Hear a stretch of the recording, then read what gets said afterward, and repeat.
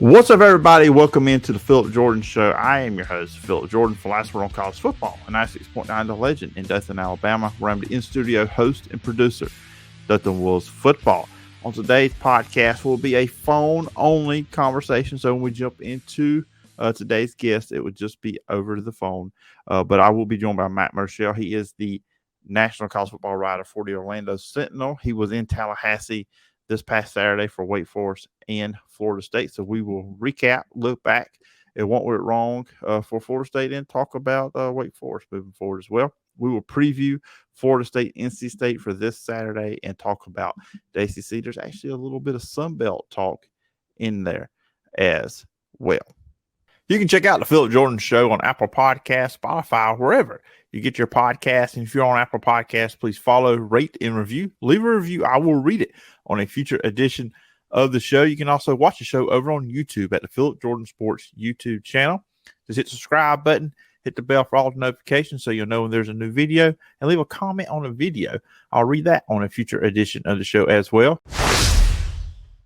Everybody joining me on the show today is Matt Murschel. You can check him out, the national college football writer for the Orlando Sentinel. He was in Tallahassee this past Saturday when they fell to the Wake Forest Demon Deacons. And Matt, I appreciate you taking time out once again and come on the show. No problem. Thanks for having me. I appreciate it. Oh, yeah, glad to have you on, Matt. It's always good to have you on, talk all things college football, and I was excited to have you on talk about this Wake Forest Florida State game coming up. Of course, Florida State fell 31-21, and just what was the day like in Tallahassee? Kind of the lead up going into this one. Well, it was a gorgeous day. It was a really kind of a fall, great fall day to go into, especially when you think about the fact that we're coming off a major hurricane blowing through our area. A lot of people, a lot of devastation, a lot of people kind of impacted. It almost seems surreal in some ways, the weather-wise, but this was a big opportunity for Florida State. They understood that, having a chance to host a top 25 game, matchup, they were just recently ranked for the first time since 2019. This game had a lot of buzz to it. A lot of fans were there as well, and I think they felt like this is the start of they got a really interesting 3-game stretch here. They had Wake Forest this past weekend. They get NC State next weekend, and they get Clemson. So this was an opportunity maybe to make some hay a little bit, but they weren't able to really kind of do that. They kind of some of the problems they had in the past kind of reared their ugly head, and really kind of prevented them from kind of doing some things I think they'd like to have done against Wake. It's just coming, going through the game and just kind of how everything went down. Of course, Florida State jumped up 7-0, and Wake Forest had the big lead. And Florida State did get back into the game late before Wake Forest pulled away there at the end. But just coming out of this one, what are kind of your big takeaways from both sides?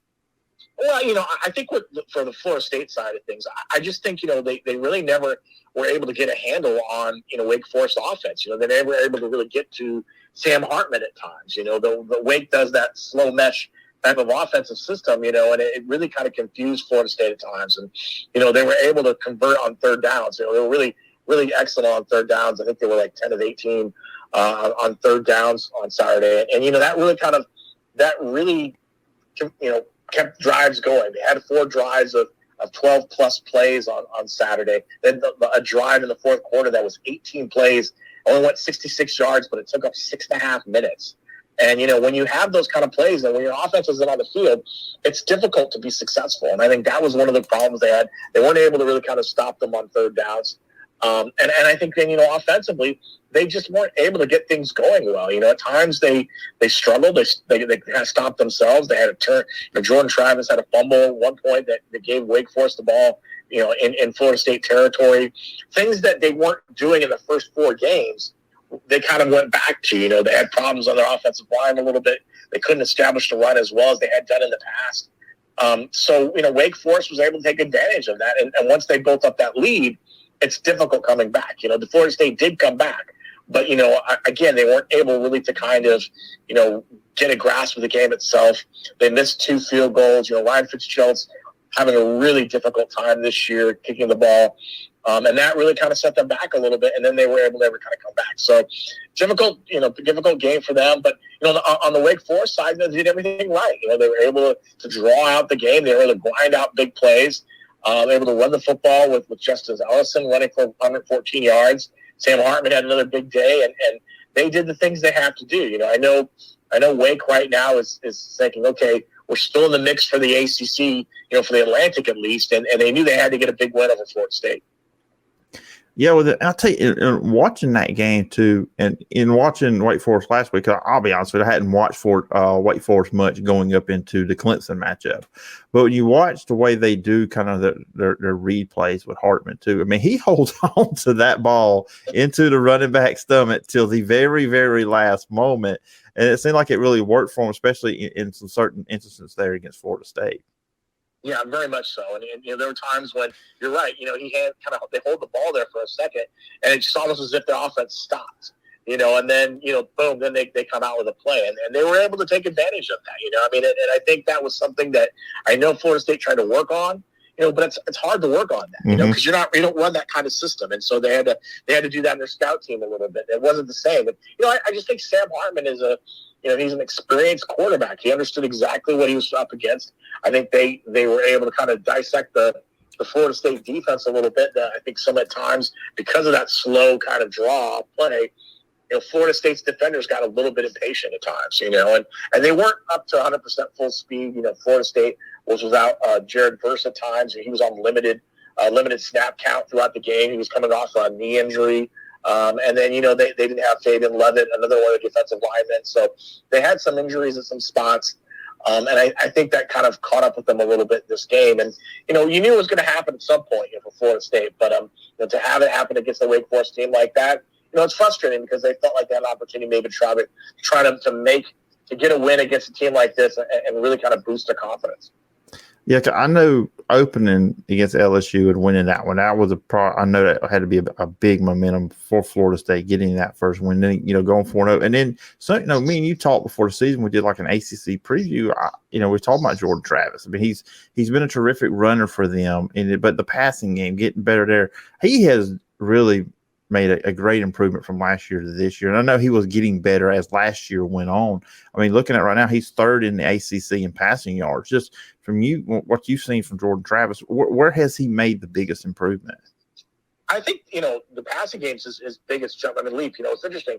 Talking to Mike Norvell this morning, he talked a little bit about, he was asked about the fact that Jordan Travis has been known for being a dual threat quarterback, but really hasn't run the ball very much lately. He's more passing the ball. And I think that's the biggest growth he's taken, is the fact that he's able to read defenses. He's able to be comfortable in the pocket. He's been able to, when he had to get out of the pocket, he's been able to find guys down the field. I think some of that, too, it's like 80% of it's Jordan Travis for sure. But I think some of this is also to the fact this is the first time that Jordan Travis has had really legitimate receiving weapons, to go to. Johnny Wilson is a guy who's been an amazing, addition to this roster. I mean, a guy who literally they target a lot. He's going to make the catch most of the time. He reminds me a lot of, when the New England Patriots had Tom Brady, he's like a Julian Edelman type of guy. A guy, when you need those 8 or 10 yards, he's going to get you those yards, and he's the safety valve. So Wilson's been good. Micah Pittman's been great. They've really kind of used their tight ends a little bit. Trey Benson's come in and helped out a little bit. So they've had guys now that have really been legitimate, threats in their receiving game. And I think that's helped Jordan Travis to be able to be more confident in throwing the football. And I think that's where you're starting to see that maturity and growth. And when that confidence has grown, I think he's played well. Even in this game against Wake Forest, I mean, he was solid. I mean, he only got sacked once. He's 23 of 35. He threw for 281 yards. And he had 3 touchdowns. And really, it was a solid performance. They just weren't able to do some of the other things that were able to help them get the win. And the comeback, when they got back into the game, and I just noticed it felt like more in that third quarter stakeout. They were doing a better job at times getting pressure on Sam Hartman. And I don't care how good a quarterback you are. When you got pressure in your face, it's going to make a difference. And it seemed like Florida State did better with that in the second half to help them kind of get back into the game. Yeah, very much so. I mean, I think they were able to start to figure out a little bit of what they were what Wake Forest was doing. You saw Patrick Payton, a young guy on the line. He was able to get there. Jared First had a sack. Kellen DeLoach. They were able to kind of really get some guys in there and be disruptive. And I think they slowed down and really kind of went, to a point where they were kind of jamming their receivers a little bit more. So really, Sam Hartman had to wait an extra second and a half, really before he was able to throw the football, and they were able to take advantage of that. And you're right. They made a rally in the second half. I think what's disappointing, this goes back to the kicking woes I was talking about earlier, is they had an opportunity with about a minute and a half left, where they could have kicked. They had a chance. They were down 10. They went with kicking the field goal. They went to kick a 55-yarder. And I'm not necessarily sure I would have done that, because you got a kicker right now who missed a 29-yarder earlier in the game. He's missed, 4 kicks going into this game. You throw him out there for that really long kick. I would have rather seen them kind of go for the touchdown at that point. Then maybe, you can kind of put the onus on the kicker later in the game if you get to that point. So I think by kicking that field goal and missing it, or attempting that field goal and missing it, I think that really kind of took all the momentum out of them. And I also think, too, that this Florida State team, when they get tempo a little bit, I think they're really hard to stop because they've got so many options to go to. And they kind of get out of that tempo sometimes. I know they want to win the ball a little bit more, spread the wealth with Trayshawn Ward and Lawrence Tafili and Trey Benson and guys like that. But I think at some point, when they really get in that 2-minute set, I think they really can find guys up and down the field and can do some things. They weren't able to maybe take advantage of that early enough in that fourth quarter. And then when you have that long 6.5-minute drive almost that Wake Forest was able to do in the fourth, it just took the air out of anything Florida State was trying to do. Yeah, that was an impressive drive by Wake Forest. I mean, a clutch, a veteran team like drive, just going down the field, chewing up all that clock, and then just getting a field goal. I know at that point, I mean, yeah, there's still time, but, it really, like you said, took the wind out of Florida State sails because then you're down by 10, under 3 minutes left. You got a lot of things that have to happen for you then at that moment to win or tie the game. Yeah, pretty much. And I think, for them, the thing that Mike Norvell talked about today was they really worked hard. They felt like they made the effort to come back. And that's the thing that he was impressed with. They didn't just give in and throw in the towel. They tried to make the comeback, and he felt like that's something that this team is maybe a little different from years past, where they were still in it. They felt like, yeah, we're down 10. We're going to try to keep pushing and try to get some points. They just weren't able to do it in the end. And the rally came up a little bit short. So now they move on. They play at NC State this week. It'll be 7 o'clock Central Time. I always do Central Time. I'm in Alabama, so everybody always wondered, what do you do that time? I said, that's where I live. That's what time I'm going to say. But they'll be on the ACC network on this one. Right now, they got NC State recording this on a Monday, but NC State's a 3.5-point favorite here. Just going into this one, of course, NC State coming off a tough loss. They lost to Clemson 30-20 this past Saturday, probably the biggest game in the history of NC State football, and they weren't, they fell to Clemson, who looks like the class of the ACC. Just going into this one, Florida State, NC State, just kind of what's the big matchups, the big storylines you're looking at for this one? Well, I think the biggest thing is the defense. Again, I think NC State's a very veteran-laden team. Much like Wake Forest, they have a solid defense. I think they have lots of senior leadership on that defense. It's a tough defense. It's a top 15 defense in the country, and they don't let you convert on third downs. That's the issue that Florida State had against Wake Forest. So it's going to be a struggle there. And I also point out the fact that that Florida State hasn't played hasn't played NC State on the road very well recently. They're not a strong team on the road there. So they're going to have some things they're going to have to take care of with the football. They're going to have to do a better job of moving the football against this defense. They do have the advantage of watching what Clemson was able to take advantage of. So maybe they can kind of look at some of that and figure out some of those things. But they're going to face a really tough defense, so they're going to have to find a way to score some points, and they may have to mix some things up a little bit, because again, this is like I said, a veteran team, a team that's done really well. I think the one advantage they may have is the fact that NC State, Devin Leary, as strong as the season he had last year, he's not been as efficient as he has the past season. So they have an opportunity maybe to get to him a little bit. He was sacked 3 times by Clemson. If they can put pressure on him, he can make some mistakes. I think those are things that they've got to be able to take advantage of. They really didn't force any turnovers against Wake Forest, and that's something that I think they need to do a better job of against NC State.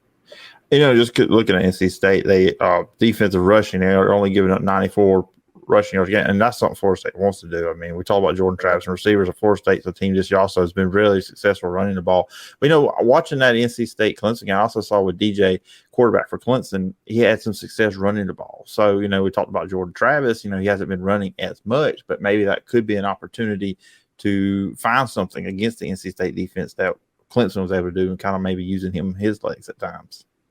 Yeah, I think that's something they'll try to do. You know what? When asked about that, Mike Norvell said, "Listen, we don't want to make Jordan, just run for the sake of running. We want him to make him. If he's going to run, we want to make sure it's an opportunity that he's to be able to get good positive yardage, and it's something that comes about. And granted, when the pocket kind of collapses a little bit, yes, take off and maybe get a few yards here or there.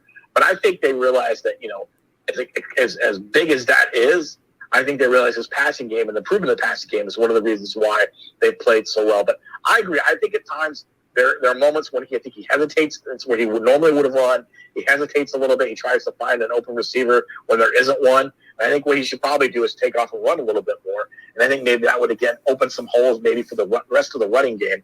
Because at some point when you're focusing on that running quarterback, you can kind of also shift up, maybe do some delays, some delay handoffs, really kind of open up the other running backs and give them opportunities to run as well. Yeah, and then, of course, this game's, for Florida State this season, you started 4-0, you got the loss of Wake Forest, and you got the game with NC State coming up this week. And then the following week, on the 15th, you host Clemson. So it kind of feels like this is a big game for the Florida State season, because then you don't want to lose this one, then maybe you don't want to lose the Clemson. Then you've lost 3 in a row. So how important do you feel like this game is for Florida State? Well, I think it's cheap. I mean, I've always felt like going into the season that their ceiling was probably 7 wins. If you get to 7 wins, I think that's a big year for Florida State, considering where they've been in the past. I think the 4-0 start is great, and I think it just shows that this program has made some good improvements, and you've seen where they've kind of gotten better and grown as a team and as a program. So to me, if they can get one of these 3 games, I was always a belief if they could get. If they could win the NC State game, if they could, that would give them a huge boost. Now, that being said, if they lose all 3, it's not like the season's a lost cause. I mean, they have enough. Their schedule really sets up where they get Georgia Tech, they get Miami, they get Syracuse, they get Louisiana, they get Florida. Syracuse is playing out of its mind right now. They could easily get 2 or 3 more wins out of the remainder of that schedule. We're not sure exactly what Florida is really going to be like. They haven't played nearly as well. Miami has been obviously a roller coaster ride with their going on, and Georgia Tech just fired its coach. Even though they're coming off a win over Pitt, they just fired their head coach. So there's a chance there for Florida State really to get maybe 3 more wins, maybe 4 wins out of that the remainder of that schedule. So even if they lose these 3 games, there's a chance to still have a solid season. What you don't want to see to happen is lose these 3 games and that spirals into something else, 5 or 6 game losing streak. And again, if they lose the NC State and they lose to Clemson, the idea of them winning the Atlantic is out of the question. I mean, they're not gonna. That's not going to happen. I don't think anyone thought that was going to happen, anyways. But it's good to see the growth and development from this program when you think back to what it's been like over the last couple of years. Yeah, absolutely. And, you're talking about looking at the ACC, and I told you this all fair. This is a one-sided looking or a tilted looking conference. When you've got the Atlantic, you got number 5 Clemson, who's undefeated, number 22 Syracuse, who's undefeated overall. You got Florida State there, who just came out of top 25. Wake Forest, who's 15. You got NC State there. Then you go to the Coastal, and we got Duke, North Carolina at the top. And that's all good if we were talking about basketball, Matt, but we're talking about football here. That's not supposed to be the way it looks. And Pitt coming off that loss against Georgia Tech, which you would I was thinking a couple weeks ago or even last week, Pittsburgh looks like the team that should be the class of that side. So what's your overall thoughts on the conference, especially like who's going to win the Coastal the way it's looking right now? Well, I mean, the Coastal isn't it every time this year it's Coastal chaos? I mean, and if you had said at the beginning of the year that Duke was going to be leading the Coastal, would you have been like, what? Like, you thought I was drunk, right? I mean, but now you're looking at it and yeah, Duke is right there. And Duke's got an interesting run here. I mean, they got Georgia Tech next. They can beat Georgia Tech. I mean, Georgia Tech's not a great team, and then they face North Carolina, and that's an opportunity right there to make a big statement on taking control of the Coastal division. And you look around up and down that lineup and you think, okay, who's going to be the team that's going to step out of there? North Carolina's good. I mean, they're good offensively, but they're terrible on defense. They go so many points and so many yards. Like I mentioned, Georgia Tech got a big win, but Georgia Tech's got an interim coach, and I don't think they're nearly as good. Virginia Tech, you don't know what you're getting with Virginia Tech. And Miami has been, after the 2 losses, has looked really bad Pitt, well, I'm with you. Pitt, to me, was the team I thought that was going to end up, winning this thing. But they looked horrible against Georgia Tech, and they've had their struggles. So this is just a division that's up for grabs, which I think, once again, opens things up for someone in the Atlantic to win the whole thing. I mean, I think Clemson right now, based on how they've performed, to me, Clemson looks like Clemson of years past. They look like a team right now that is playoff bound. I mean, they're playing well. Their defense is stepping up. Their offense looks like it was a couple of years ago. DJ Uiagalelei is playing like he did, in his freshman year. It's just all these things are clicking now. They're peaking at the right time, and I think that's good for them. The question is going to be for Clemson is, can they get past, Syracuse? Syracuse is a surprise. Syracuse is playing really good defense. Is Syracuse going to be a team maybe that kind of shocks somebody as well? Everyone else, and then it's a hodgepodge after that. Is it, can Wake come back? What can NC State do? I mean, there's just a lot of that. But you feel like whoever's going to win the Atlantic is probably more likely going to win the ACC. Yeah, absolutely. I almost kind of wish can we just do this thing where their top two teams can go to the ACC championship game and not have somebody from the Coastal go? I will say this: North Carolina, I feel like I've watched more of them this year than I have in the past, just because their games have been fun, because how many points they score and how many points they give. I have two thoughts on them real quick. Gene Chizik probably wishes he was back at the SEC network. And then number two, Drake May is an awesome quarterback. I mean, going from replacing what they need to replace with Sam Howell, going to him. He's more of a pure passer, I think, than Howell, because Howell had that running ability. But man, I've been super impressed with him as a quarterback. Well, he's been a huge addition for them, and you see his offense just chugging away. I mean, it's the thing that has really kind of kept them, relevant in a lot of ways. I mean, if their offense wasn't putting up as many points, I mean, it would be difficult to see what's going on. I think some of the early problems they've had, listen, I think they turned the ball over way too much, and I think their defense just gives up way too many points, and that's a concern. I mean, for North Carolina, they got Miami, they get Duke, they get Pittsburgh. The benefit for North Carolina is they're playing in a Coastal where there aren't a lot of teams putting up a ton of points besides them. You know what I mean? Miami's not. Duke isn't. Pittsburgh isn't. So I think that's going to help benefit them. Now, they face Wake Forest and they face NC State in two of the last three games. That's going to be some of the best defenses they're going to face. So it's going to be interesting to see how they kind of come off of that. If they have enough wins at that point, they kind of lock themselves in that Coastal division title. I think, though, they've learned a lesson that a lot of college football teams learned this year. Do not schedule Appalachian State. Well, I think Appalachian State, I mean, we've seen a lot of this. I mean, listen, the Sun Belt is the best group of five conference right now. I mean, you look at what Appalachian State's done. You look at what, Coastal Carolina has done. You look at James Madison. James Madison has done, an impressive job.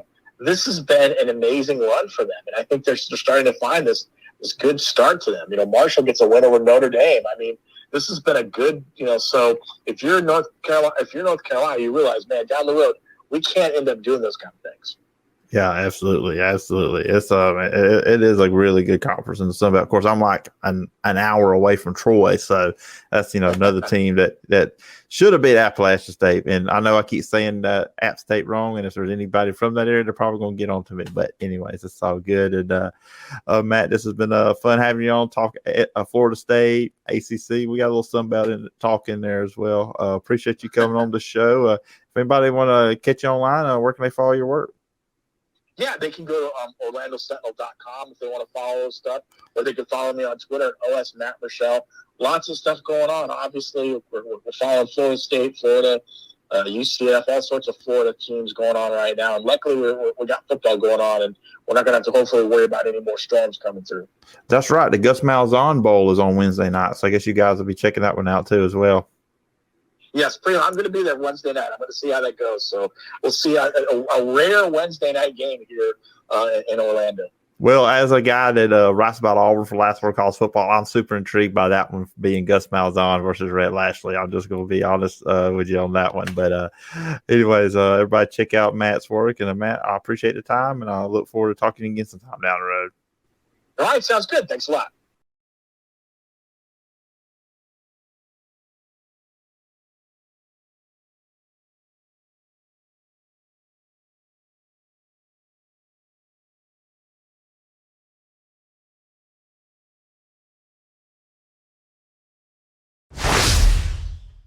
All right. Once again, thanks to Matt for coming on this edition of the show and talking all things Florida State, Wake Forest game, ACC, looking ahead to Florida State's game with NC State this weekend. And like I said, we even touched on the Sun Belt a little bit there towards the end. So please go make sure to check out Matt and follow him and all the work you do and all the great college football content he is putting out. And that's going to do it for this edition of Phillip Jordan Show. No show on Thursday. Be back on Friday, looking ahead to the weekend Outlook edition of the show. And I will be joined by popculture.com, Brian Jones. Used to cover the Packers for 24/7. But we'll talk all kinds of things. He's an Atlanta sports fan, so we're going to talk Georgia football, probably sneak some Georgia Tech talk. Look forward to just, the football that's being played this upcoming weekend with Brian. So make sure to check that out, and that should drop early on Friday morning.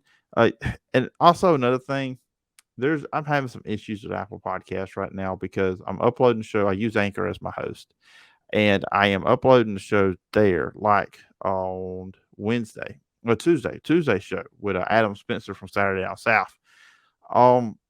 Posted, it was supposed to go at 12. It went on everywhere else, but it didn't show it till like 2:00 in the afternoon on Tuesday. So I'm sorry getting to you guys late. It did that on Monday night when I released the college football takeaways pod as well. So I'm trying to figure out what's going on with that. And I've kind of made a decision podcast, guys, just kind of in random days, been posting podcasts here and there, not every day, but about 3 or 4 times a week. So we're going to get a little bit more organized. Week 6 college football season, I'm finally kind of getting things organized. So what we're going to start doing on the podcast, every Monday, there will be a episode in the feed where I will give my takeaways from the weekend. I'm going to probably call that weekend observations. We'll do that for college football, a little bit NFL stuff, the 3 big takeaways from the NFL weekend as well. So you'll get probably 60 to 70% of those episodes will be college football, then maybe a little NFL stuff at the end. Wednesdays will be Big Guest Wednesday. That means it's going to be a massive show with multiple guests. That's all it's going to be, me talking to people.